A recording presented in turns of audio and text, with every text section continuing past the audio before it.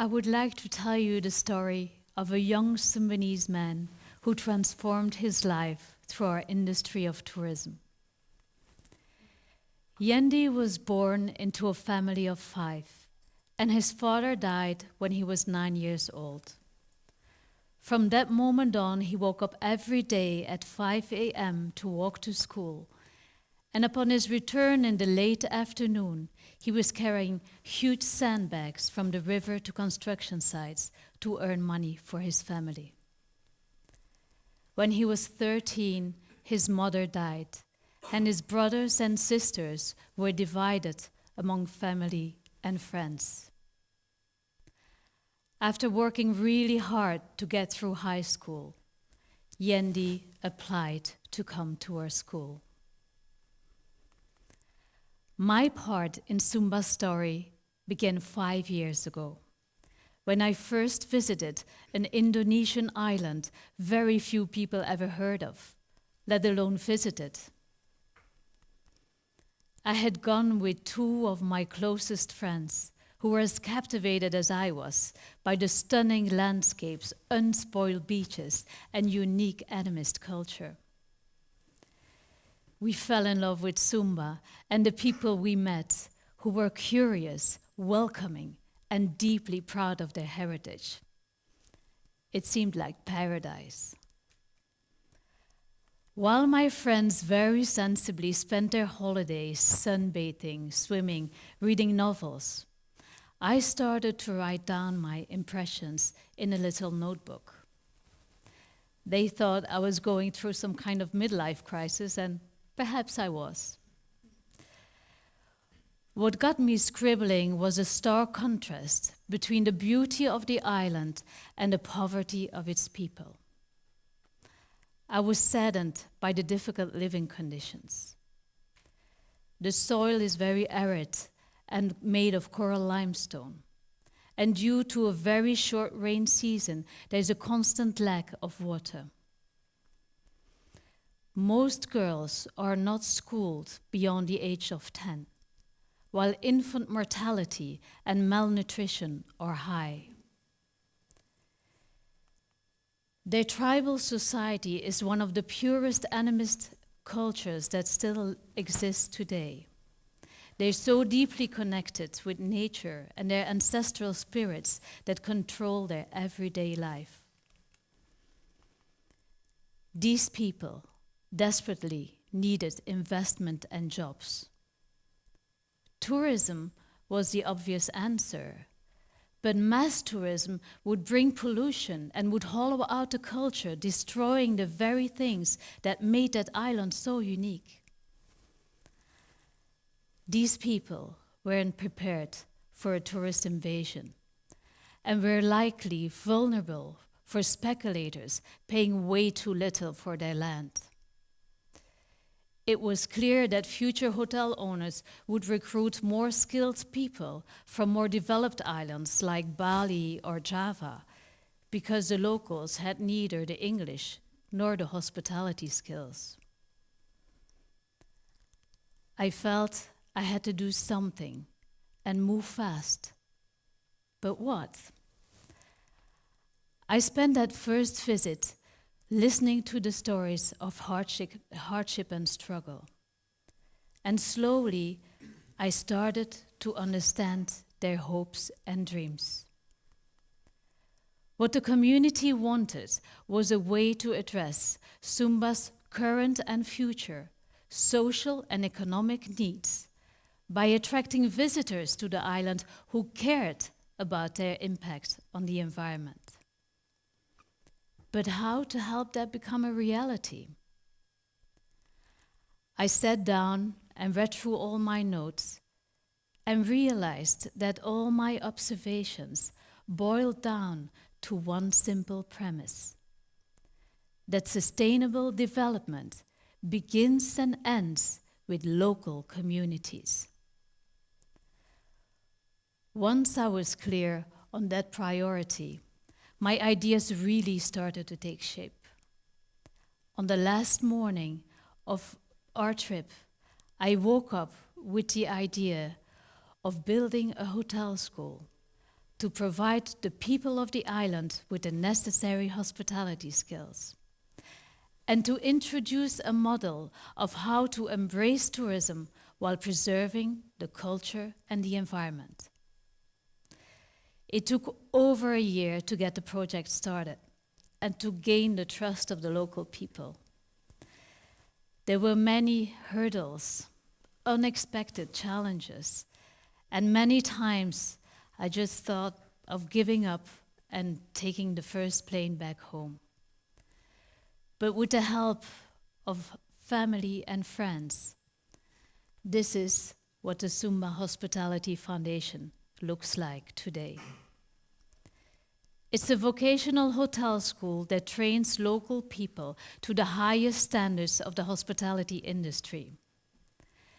Produce is grown locally in our permaculture learning farm, while visitors can enjoy the riches of the island in our small eco-resort without fear of damaging its fragile ecosystem. In terms of economic impact, we build human resource through providing full education and training in hospitality for underprivileged Sumbanese young people. 85% of our staff is local, who also benefit from short courses and English classes. Our students specialize in one of 5 departments. We have housekeeping and front office, restaurant and bar service, culinary, and spa. All classes are small size and conducted entirely in English. Our school also helps them with key interpersonal skills like self-confidence, respect, eye for detail, communication. Permaculture classes and sustainable practices is also a very important part of the curriculum. Our students can share these permaculture techniques with their families, with their communities, and they become the green ambassadors for the island. After 1 year on campus and a 7-month internship in hotels and restaurants in Bali and Sumba, they gain full-time employment in the hospitality industry. We now have 88 graduates, half of whom are interns, and the rest have full-time paid jobs. 1 graduate with a full-time paid job earns enough money to sustain a family of 10. Environmentally, our solar panels mean we are 100% off-grid, and 90% of our wastewater is recycled and reused for irrigation. We have a strict no plastic policy and initiated a movement for monthly trash walks with local government, schools, and hospitality partners.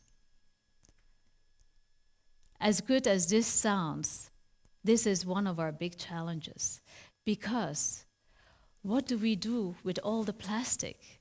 There is no viable option on the island. And I must admit, we are still struggling with this. We came up with a temporary solution by refilling plastic bottles with all the waste we could not recycle and use them as building material to cover our poorly constructed trenches. I would love to hear from anyone who has an idea how we can improve our efforts. As you can see, our campus is built out of bamboo. It's the most environmentally friendly, fast-growing, and versatile building material that exists locally.